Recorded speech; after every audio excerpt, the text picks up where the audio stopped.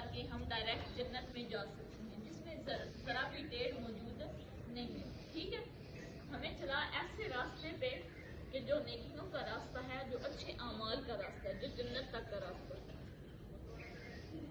صراط کا راستہ الذین، ان لوگوں کا انعمت علیہم، جن پر تیرا انعام ہوا، یعنی کہ وہ لوگ جن پہ تیرا انعام ہوا، جن پہ تیری برکتیں اور رحمتیں نازل ہوئی، جنہیں تو نے اس دنیا میں بھی اچھی اور خوشیوں والی اور نیک کام کرنے والی زندگی عطا کی، اور پھر آخرت میں بھی تو نے انہیں ایک جو جنت کا انعام ہے وہ عطا کرنا. ہمیں ان لوگوں کے راستے پہ چلیں،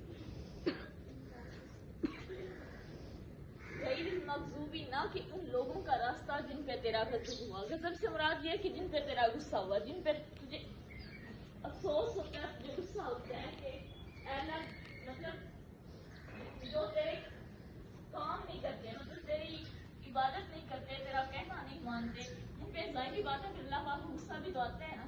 تو اس کا یہ مطلب ہے کہ ان لوگوں کے راستے سے ہمیں بچا لینا کہ جن پہ تیرا غصہ ہوگا. ٹھیک ہے، ظالم، اور نہ کہ ان لوگوں کا راستہ، ان لوگوں کے راستے سے بھی ہمیں بچانا جو گمراہ ہو.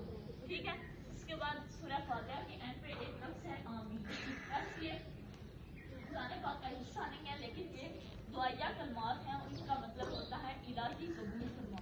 یعنی کہ جو دعا ہم نے مانگی ہے، یہ جو 4 آیات میں ہم لوگوں نے دعا مانگی ہے، الہی اسے قبول فرما. ٹھیک ہے.